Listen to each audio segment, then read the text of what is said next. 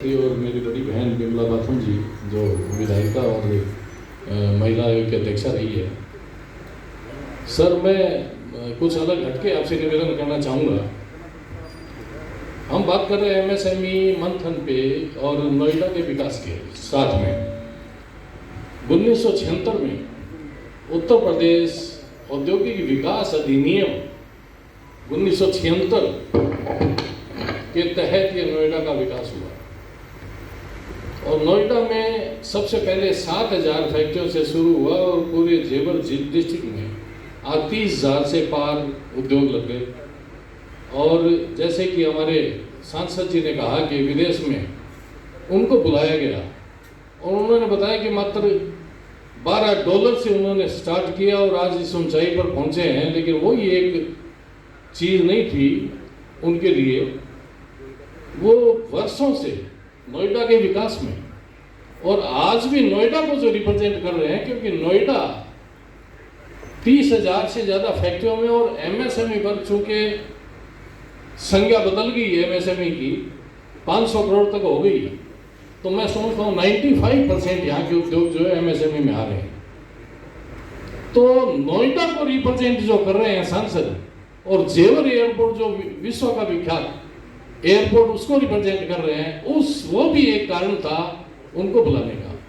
Sir, मैं सीधा मुद्दे पे आता हूँ। 1976 अधिनियम के तहत नोएडा को बसाने का संकल्प लिया गया, लेकिन अभी एक सप्ताह पहले उत्तर प्रदेश सरकार ने पूरी इंडस्ट्रियल बेल्ट को जितने प्राधिकरण हैं उनको 1973 के अधिनियम के तहत उसको लागू करने का निर्देश दिया, लेकिन उसका हमने विरोध किया। सर, 1976 के तहत ही नोएडा का विकास होना चाहिए। कारण मैं सिंपल आपको बता दूं कि नोएडा बसाया गया औद्योगिक क्षेत्र के लिए, new of the industrial development authority, और उद्योगों के विकास के साथ साथ रेसिडेंशियल, इंस्टीट्यूशनल, कॉमर्शियल सेक्टर बसने चाहिए।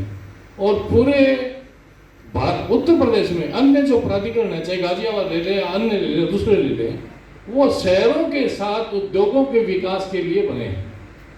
उनमें शहरों का विकास प्राथमिकता से देखा जाता है, तो हम उसका घोर विरोध करते हुए मैंने एक पत्र लिखा है सर। और वैसे सर,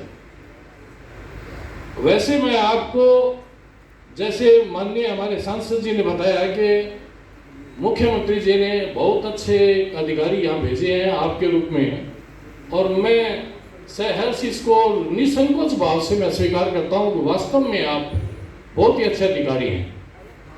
सर, मैं पिछले 1.5-2 महीने में 15 लेटर पत्र लिख चुका।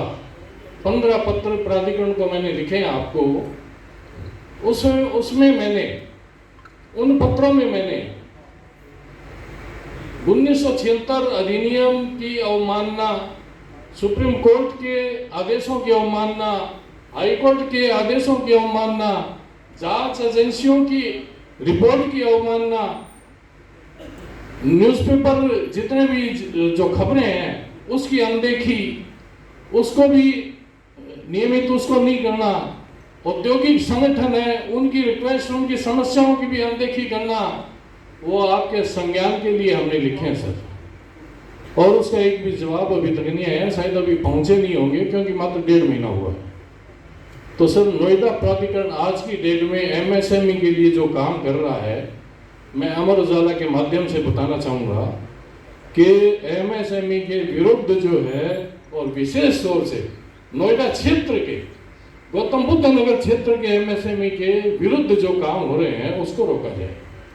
आपसे निवेदन सर इसीलिए किया गया है उन सभी पत्रों में कि आप पीछे की सभी रिपोर्टें जो अवमाननाएं हैं उनको आपके संज्ञान में दिया गया है, और आपसे निवेदन किया गया है कि आप जो समस्याएं, सर लगभग 4-5 साल पहले मैंने 62 समस्याएं एमएसएमई हमारे संगठन के प्लेटफॉर्म से आपको भेजी थी, समस्याएं उद्योगों के लिए।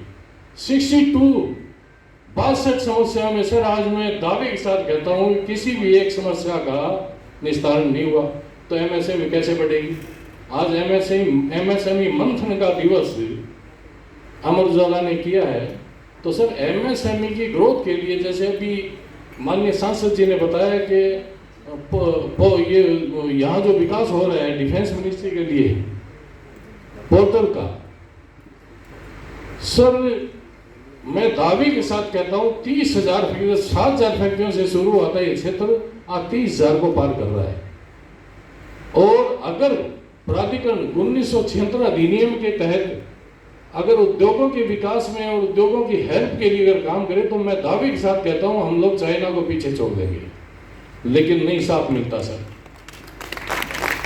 क्योंकि आप ये देख लेंगे कि उस समस्या 62 थी, उसमें से जितनी यहाँ झुग्गी झोंपड़ियां आज के तादाद में 25,000 झुग्गी झोंपड़ियां यहाँ विकसित हो गई। और 25,000 झुग्गी झोंपड़ियां हजारों औद्योगिक भूखंडों को प्रभावित कर रही है। उनके इर्द गिर्द जितने भी उद्योग हैं वो चल ही नहीं पाते हैं, उनका निवेश बेकार हो गया।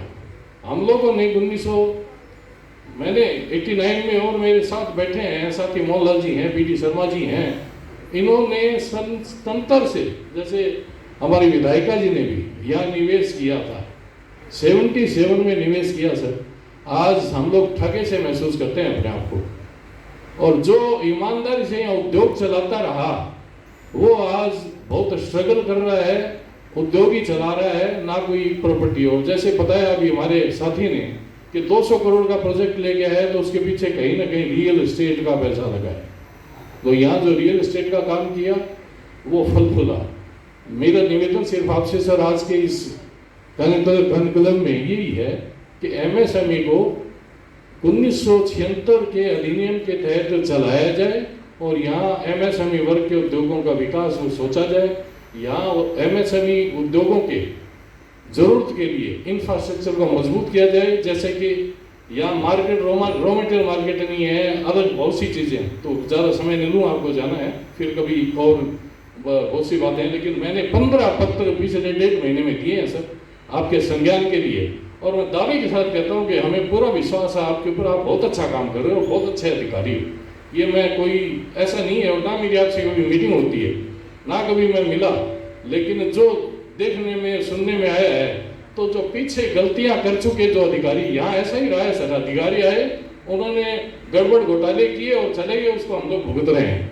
तो मेरा निवेदन आपसे सर आप उसको उनको सुधार दीजिए और हम लोगों को हेल्प कीजिए ताकि हम लोग इम्प्रूव कर सकें। बहुत बहुत धन्यवाद।